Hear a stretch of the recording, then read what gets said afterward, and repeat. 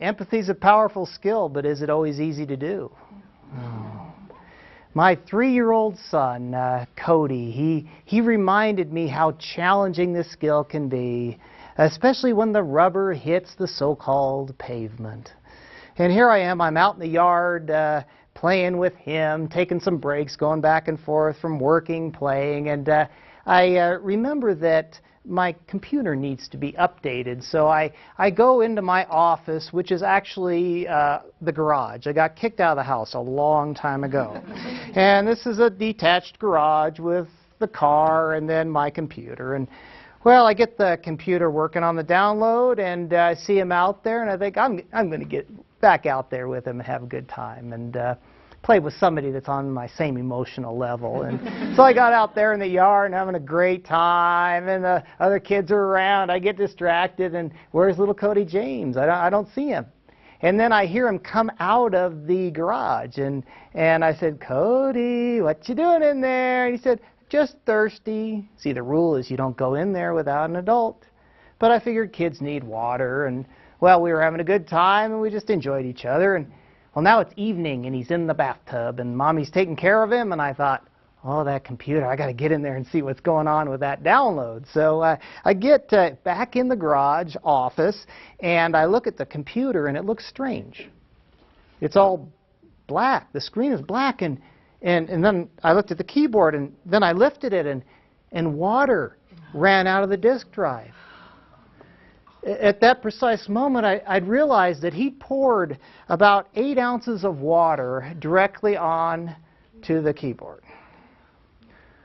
Now I'm going to ask you, how many of you would have a loving dose of empathy right on the tip of your tongue? I didn't. And how many of you would have a logical, legal consequence? Right. I couldn't think of a thing other than to get in that house and find that kid and let him have it. Oh, I ran in there, and there he is, playing with his little rubber ducky in the bathtub. And I got up in his face, and I was so mad. I said, you poor little, I'm so angry. And here's my wife. I feel her soft hand on my back. And she just gave me the look that kind of reminded me that, yes, I do teach love and logic.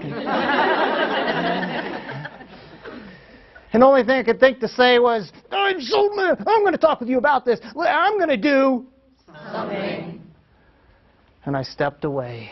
And you know, I'm so thankful that I was raised with love and logic, because there was one thing that came up in my mind. And that is, what do we teach when we're in a situation like that?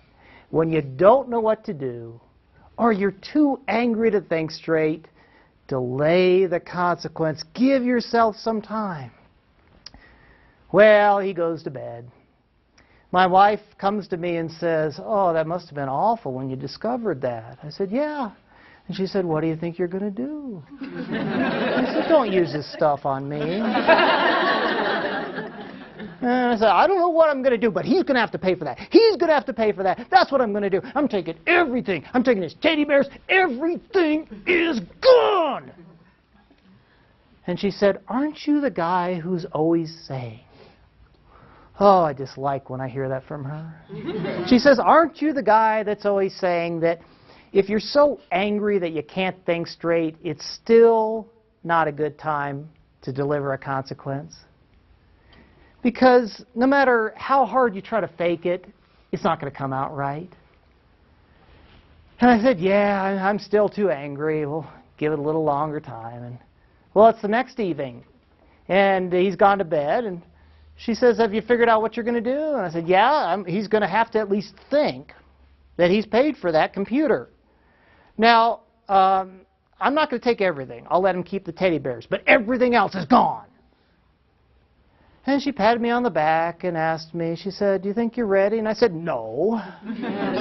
I was still that mad. Well, another day goes by. She says, what are you going to do? And I said, well, I really think that he needs to at least think that he's paid for that.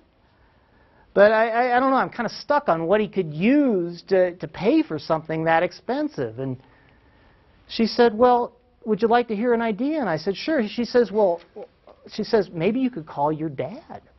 He knows a little bit about parenting. And I thought, well, that's a good idea because I like my dad. And I picked up the phone and I told him all about it. And he laughed. He said, oh, that's great. I said, what do you mean that's great? He said, aren't you the guy? Oh, not that again. Aren't you the guy that's always saying that it's great when kids make mistakes? And let's stop for a moment. Should we pray for kids? Pray that they make enough small mistakes when the consequences are small so that they can learn from them, and so when the consequences are life and death, they have a good, strong understanding of cause and effect. I said, but that isn't a little mistake, that's a big one. But I said, I really think he needs to at least think he paid for it.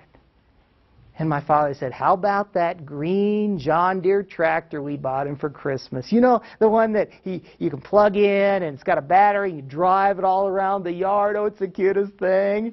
And what's my reaction? He's just a little kid. I bet those of you who are parents have taken that journey, haven't you, right?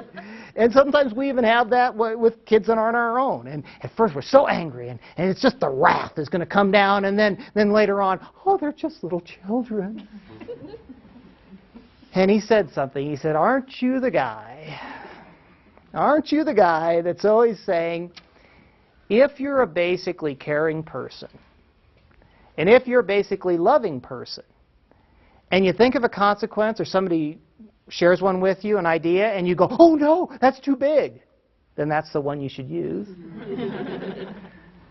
So, yeah, I guess you're right. Well, it was tough. We put together a plan. It was a couple days later, and I got little Cody James in the car, and did I tell him where we were going? No, I didn't want him to jump out of the car. I wanted him to stay in there. He says, Daddy, why is the tractor in the back of the car? And I said, oh, we're just going someplace to get some money so I can buy another laptop. And he thought that was okay. And now we're heading over to my friend's house. See, what's really going to happen is I'm going to sell it, or Cody's going to sell it to my friend, and my friend is going to be kind of like a pawn shop. Okay? You follow me so far, right? So here we are, we're driving down the road, and Cody says, but where are we going? Oh, just going to get some money for my new laptop. Oh, that's good, Daddy. Well, we get there. I get the tractor out of the car. Daddy, why are you getting the tractor out of the car? Oh, see, sweetie, this is so sad. I looked into his eyes. I wanted to back down right then and there. But I said, oh, this is so sad. See, you're gonna sell your tractor to my friend here, and that way we'll get a little bit of money so I can pay for my new laptop. He just broke down, the sobbing, the crying. Snot's running out of his nose. His hair's all sweaty, matted to his face, and it's breaking my heart. And you know, I almost gave in right then and there. But then I thought about how many parents, maybe you think about these parents too, how many parents who never do anything like this when the kids are little, and then they have to do much bigger, much more painful things later on. Oh, he's crying in the car, and we're driving away, and he kind of dries up a little bit, and he asks me, he says, Daddy, do you think that some other kid might get my tractor?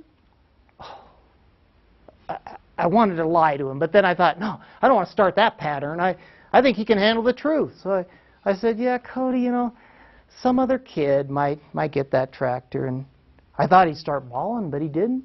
Just very matter-of-factly from the back seat, I heard his squeaky little voice, well, Daddy, that other kid better not put water on his daddy's laptop. Now, the story's not over, but we're going to put little Cody James and that tractor over on the shelf right now and talk about some other ideas about how to make empathy more natural. The first is, when you don't know what to do, what do?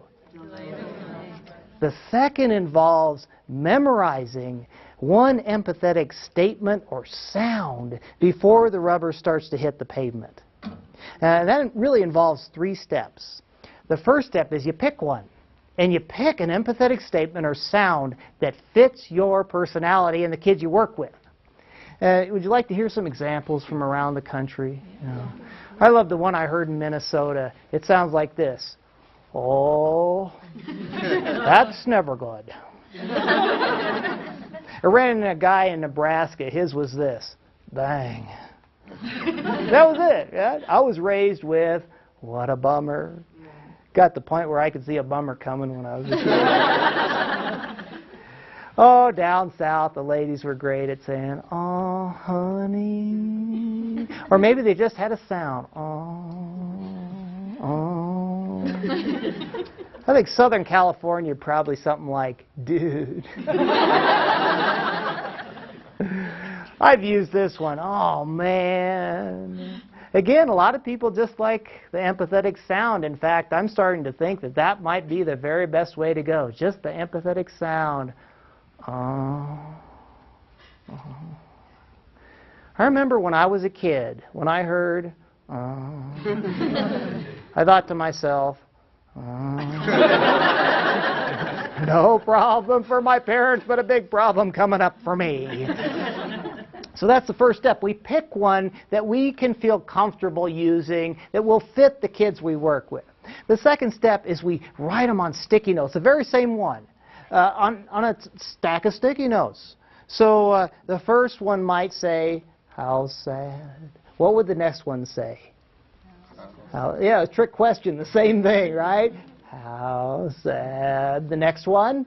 How sad. The next one? How sad. The next one? How sad now. Now I post them all over the house, all over my classroom, right? So I wake up in the morning, the alarm clock's blaring. What does it say? How sad. I stagger into the bathroom, look in the mirror. What does it say? How sad. I lift up the toilet seat. How sad. My kid comes out of his room on his forehead. How sad. You get to school, right there on the copier machine in the teacher workroom. What does it say? How sad. You get one in your hand like this, sticky side out. Got to be kind of tricky with this. Your administrator's going down the hall. You just pat them on the back. Say, appreciate what you do all day long. How sad. Juvenile, yet fun. The key is you're constantly seeing this. The kids will rip them down. You just keep putting them up. You just keep putting those up. So that's the second step. The third step involves what happens every evening as you're falling asleep. If you want to learn a new skill, any new skill, imagine yourself performing that skill as you're laying in bed right before you fall asleep. You just visualize that, imagine that. Powerful way of learning, powerful way of reprogramming your subconscious mind. So you're laying there every night, imagining a kid acting up and imagining yourself handling that kid so well and saying something like, oh. I have people that say, the strangest thing happened the other day. A kid really made me mad, and out of my mouth came this. What a bummer. Kind of surprised myself. Can we get him back off the shelf, little Cody James, and that John Deere tractor? Yeah, let's find out what happened. Well, some months went by. Yeah, you heard me right, months. And he didn't say a whole lot about the tractor, and we didn't say anything about the tractor, and we just believe that it's really good for kids to work hard. And so we had him involved in a lot of different extra activities at home or extra chores. And he was down there working at the Love and Logic Institute to helping them fill some orders. That's why some of you may have gotten a messed up one. But putting him to work. And just a real cheerful worker he was. And my wife and I, we looked at each other one day, and it just must have been we were kind of on the same level. And she said, what about the tractor? Yeah, this is great. He was in bed. I went down to my friend's house. I got that tractor. I brought it over to our house. I set it right in the garage, right in the center. Put a sheet over it. The next morning, I saw him. I said, Cody James, what? Oh, I need your help with something. What is it? Oh, it's out in the garage. You got to look at this. Oh, he can't even eat his breakfast. He runs out there. He's still wearing his little pajamas. And he gets on that tractor. Oh, he's so excited. He's roaring all around. He says, this one looks just like the one I used to have. I said, really? You know, he came back on it, though, a few minutes later. And he said, Daddy, not like the one I used to have. I said, what? This one's faster. And let me ask you, which tractor was better? The second one, wasn't it? Why was that? Because he earned it. Yeah. Do we steal from kids sometimes? How do we do that? Do we steal when we don't hold them accountable? See, on a scale of 1 to 10, with 10 being the most upset a kid could be, how upset was he when he lost that tractor? What do you think? 12. Okay, 12. Now, on a scale of 1 to 10, with 10 being incredibly excited, where was he when he got that second tractor? 22. In fact, he was more excited about getting it right than he was when he got it wrong. And when we fail to hold kids accountable with empathy, we steal from the opportunity of feeling great about themselves when they get it right.